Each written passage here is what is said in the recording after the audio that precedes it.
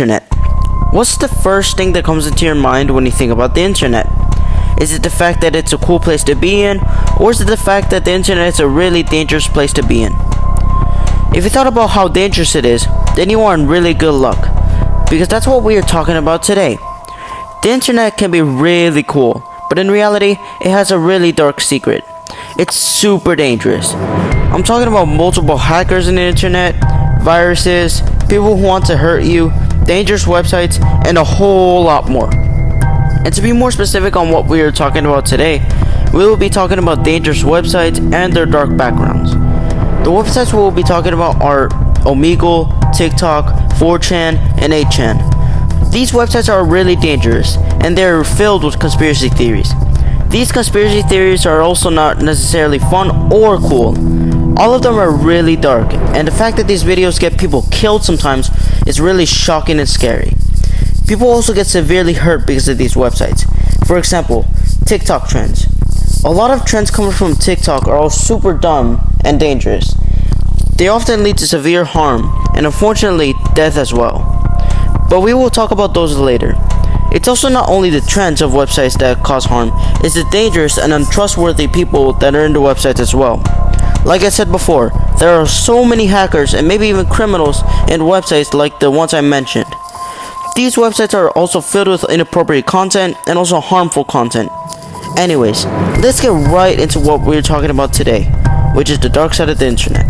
Thank you for listening and enjoy our content. Chapter 1. Omegle. Omegle is a free online chat website which allows its users to socialize without the need of registering. Although you need to be 18 and up to use Omegle, minors are often commonly seen on there. Though Omegle can be a fun activity to use with friends, it can be strongly dangerous. Inappropriate content. Omegle does not verify age, so minors can be exposed to explicit content. Online predators can also wander onto Omegle. These predators can take advantage of the innocents and even groom minors. To add on to mental damage, Omegle can consist of violence, which can cause trauma and distress. On to safety. Omegle does in fact consist of security threats. Exposure to your personal information can occur. There have been reported cases of receiving threats from chat partners who have discovered their location and IP address. This brings us on to hackers. In Omegle's privacy policy, it states that the kind of data it collects is metadata of chats, timestamps, IP addresses, chat logs, and images captured from video calls. It is possible that this data can be collected by hackers, and your information can be exposed. When random people get access to this sensitive information, there's no saying on what they can do with it. Screen recording. Users on Omegle do have access to screen record you without your consent. Screen recording content can be sent to others, posted online, and even used as a form of blackmail. You don't know if someone is screen recording you, as Omegle does not have any restrictions. All of these reasons add up and don't really make Omegle the safe place it's supposed to be. So next time you think you're safe on Omegle, wait till your address is on someone else's screen. Chapter 2. TikTok. TikTok is also a weird site. It is mainly used towards funny videos, dancing tutorials, and much more.